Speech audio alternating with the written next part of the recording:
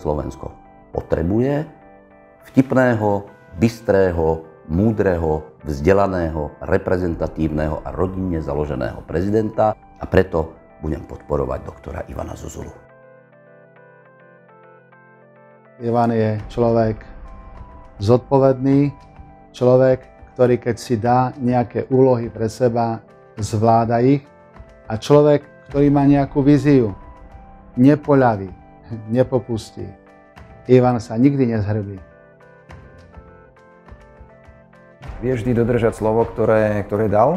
A vždy, keď sme sa na niečom dohodli, ale sme si riešili nejaký problém, vždy to vedel vyriešiť. Vedel to vyriešiť s chladnou hlavou, bez akýchkoľvek problémov a ako chlap vždy vedel dodržať slovo. A toto si na ňom cením doteraz. Si ho nesmierne vážim a budem ho voliť, dávam si ho ako svojho kandidáta a chcem upozorniť aj druhých, aby zvážili, že toto je muž, ktorý by túto krajinu vyviedol z ťažkej situácie. Je čestný, ktorý je veľmi múdry, má svoj vlastný pevný názor a takýmto človekom je Ivan Zuzula.